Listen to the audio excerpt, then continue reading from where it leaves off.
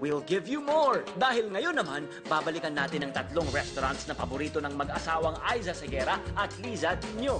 Una sa mga paborito ni na Aiza at Liza, barbecuehan ni Manang Simang sa Makati. I went to her, sabi niya, tikman mo to. I tasted it and gusto ko. Every time magagawi kami ron, or minsan, dadayuin namin. Pop na pop sa akin ang barbecue ni Manang Simang. Nakakatakam naman ang mga barbecue na ito, kaya huwag na nating patagalin ito. Tara, let's eat! Alright, go for it, guys. Ito yung isaw ng baboy. Kumakain ba kayo nun? Kumakain ka ba? Maarte-arte dito, ah. Kung meron chicharong bulaklak, may barbecue bulaklak. Yan yung hindi ko pa nabibig. Ito, atay na manok, very, very tricky siya lutuin, di ba? Kasi pag matagal mo siyang niluluto, nagiging gritty yung lasa niya. Pero tikman niyo yung version ni Manang.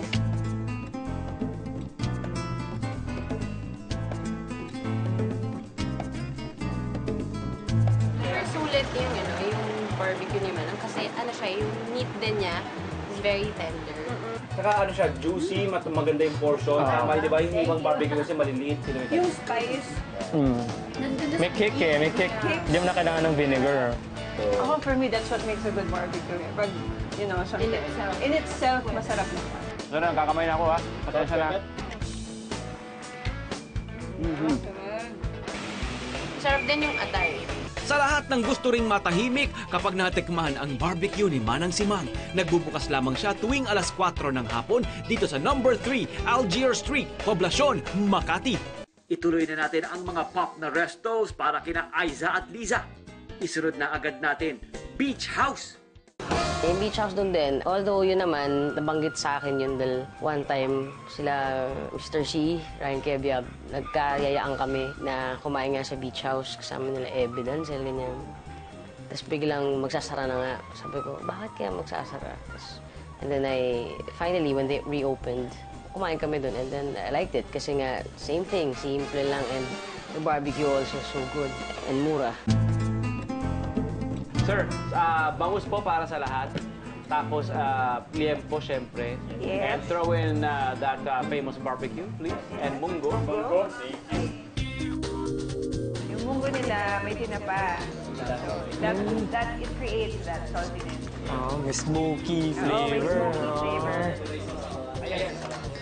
Si Aiza, ang paborito niya sa bangus, ito. Yeah. Yung taba, yung belly. Yan naman ang ayoko. At least magkasundo kayo dyan in that regard. Gusto ko yung munggo nila. Yan. Very thick. Ito akin. Pinakamapapansin mo talaga sa kanila, napakalambot ng meat. Simple yung lasa.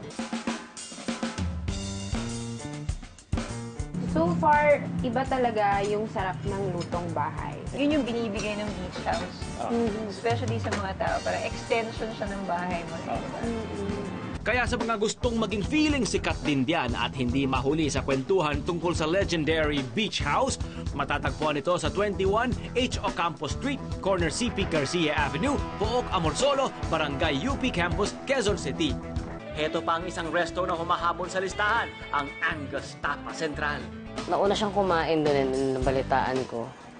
And then she's like, Dov, tikman mo to. Sabi ko, okay. So, tinikman ko. And gustuhan ko nga kasi kahit man maliit yung portion niya, very tasty. Huwag ismuli ng Angus Tapa Central dahil ito ang karinderyang may organic US Angus beef at Wagyu sa menu. Ano pa nga bang hinihintay natin? Tara, let's see! Si Aiza, hindi yan mahilig sa manghang. Okay, pero dito, kumakain siya. Ito yung tropical flavor nila. And kaya siya tropical kasi they marinated na may pineapple. Sinusubukan ko yung Angus rice bowl nila. It reminds me, I have to admit, another brand ng Tapa house na nagbebenta nito, nag-serve nito. But with this one, I have to say, iba ang level kasi Angus. So. I think what I like about their tapa is tamang-tama yung marbling niya. Itong salpicao, masarap siya kasi the beef is really tender. And the flavor, tamang-tama lang. Not too salty, hindi matabang. And I think I like that factor na the fried garlic is added in the end. This is my favorite. So far. Mayroon din silang iba't ibang sandwiches tulad ng US Angus Tapa, Philly Cheesesteak, Croissant at iba pa.